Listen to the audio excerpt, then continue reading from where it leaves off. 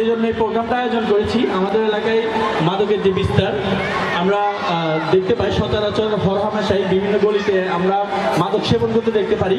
তো আমরা সাধারণ মানুষ, আমরা বসবাস করি যারা, তারা হচ্ছে আমরা কীভাবে মাদক থেকে প্রতিকার পেতে পারি, প্রশ্ন এক।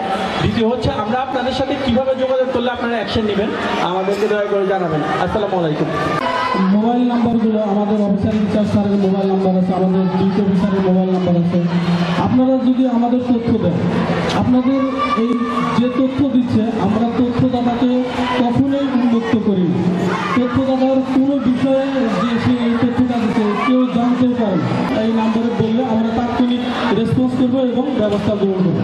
বলো, আসলে মাদক একটা প্রত্যেকটা সমাজে মাদকের একটা বিশাল বিস্তার সমাজকে ধ্বংস করে দিচ্ছে।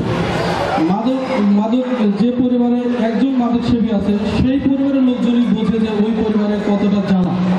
অনেক বাবা তার ছেলেকে নিয়ে থানায় গেছে যে বাবা আমরা এমন একটা ব্যবস্থা করে দাও ও যেন 6 মাস জেলখানায় থাকতে পারে। মাদক নেশায় আসক্ত হবে না, এবং কেউ যদি তোমার বন্ধুবান্ধব কেউ যদি বিপদে যেতে চায়, এই বলে আমার সংক্ষিপ্ত বক্তব্য শেষ করছি। আসসালামু আলাইকুম।